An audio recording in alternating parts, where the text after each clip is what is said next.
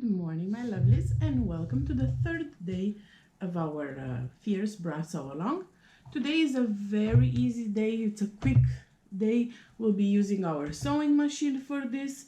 Just a couple of stitches, and if you're not adding the optional cups and the inner lining, then you basically have one step to do. So let's get started with the inner lining if you are adding it like I am. So optionally, you can finish the raw edge of the curved side where you're going to insert your cups. I don't want to do that.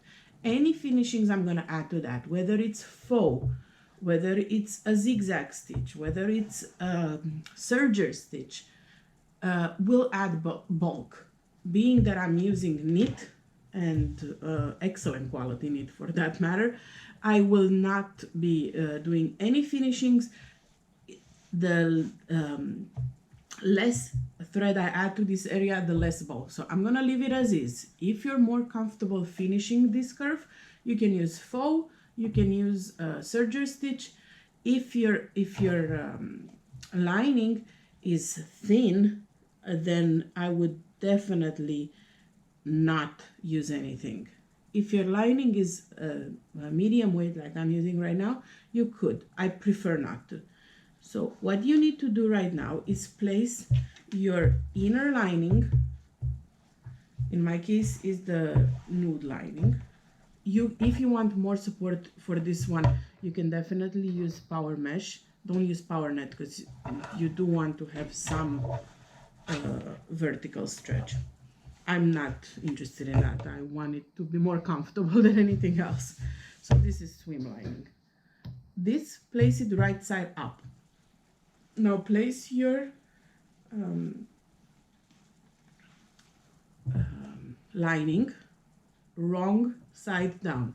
This way your right side of the inner lining touches the wrong side of your lining, and you're going to be basting this in place to create your new lining. From this point on, after we've basted this together, we're going to be calling this piece our lining from now on. So I'm placing a few pins and then I will baste it together. You want to baste it along the bottom line, sides, and top. The only part that you're not basting is the curve, because that part is where you'll be inserting your cups when you finish. This way, sometimes you want to use cups for the bra, you can. Other times you don't have to, because you can remove them. You can place them in and out.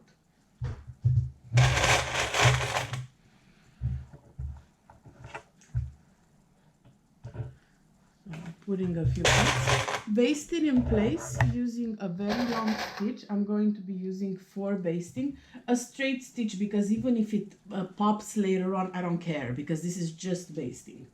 So I'm going to do a 5 length with 3.8 tension and baste along the top and along the bottom and the sides, not along where your curve is.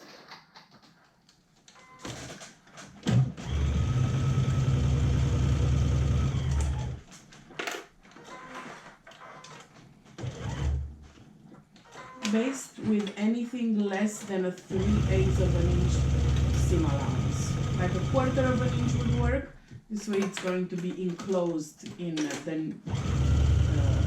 seam allowance when you sew your bra together.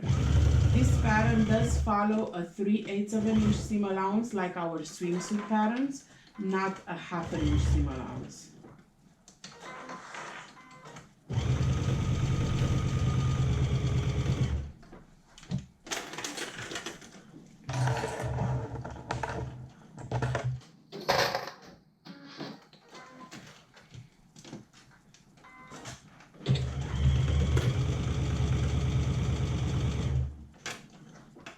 If you're not adding cups, if you're doing the youth option, you will not be making these steps. If you want to add cups to the youth option, that option is not included in the pattern because the cups would have applied to just a few of the top of the sizes. However, we do have a hacks blog that Angela made for us on the Pattern for Pilots.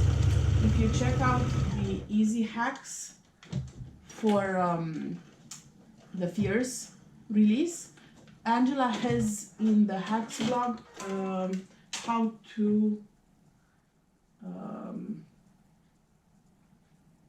okay, so we're good. I've basted mine together, so now it's only one piece. This will be the lining. So Angela is showing us how to add cups to the youth option if you want to do that, if you're sewing for an older girl. All right, so the step that we'll all be doing today, whether you're doing the cups or not, is to sew the side stitches together, side seams together. So place your lining. I'm starting with the lining because I have it right here. Right side up, and then place your back pieces right sides together. This fabric is so pretty, I can't even tell which is the right side and which one is the wrong. Okay, so this is the right side. Matching the side seams. So you'll basically be creating a very long piece here.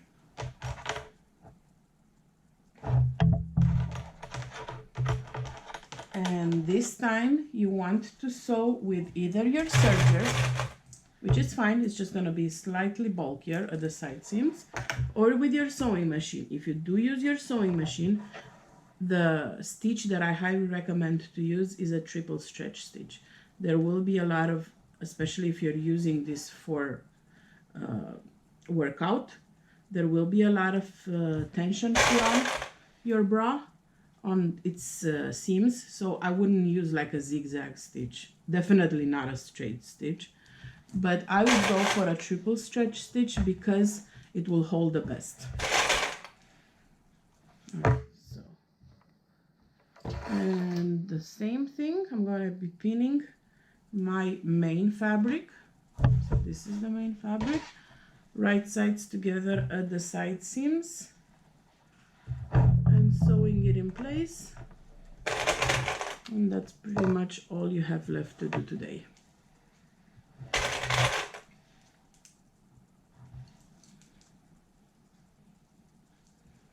Tomorrow we'll be working on the front neckline, and I'm pretty sure that's the longest day out of the sew along. It's not hard, it's really not hard. Like, I'm pretty sure by the time you're done, you can make a fierce bra within an hour. I'm taking it out because I'm doing the videos, but it's really not a difficult pattern. All right, so let's start sewing. I'm gonna do a triple stretch stitch with a 3 length and a 3.8 tension.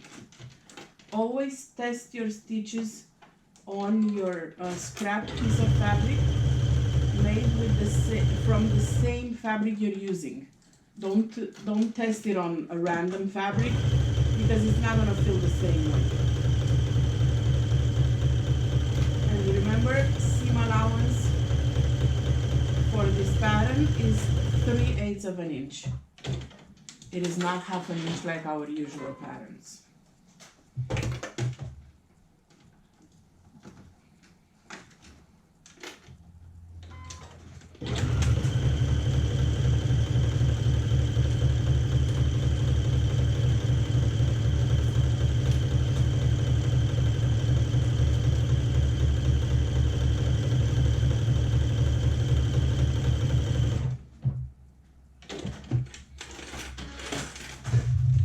Repeat the process with the lining piece.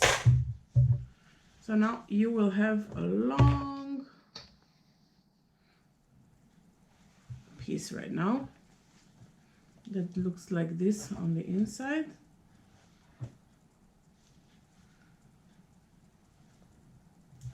And like this on the outside on one of the sides. So repeat the process with your lining. and snap a picture of the 2 pieces that you've just created and post them in the comments of day 3 photo of the sew along album. This will count as your check-in for today, and I'll see you back here tomorrow when we'll be working on the front neckline. Bye.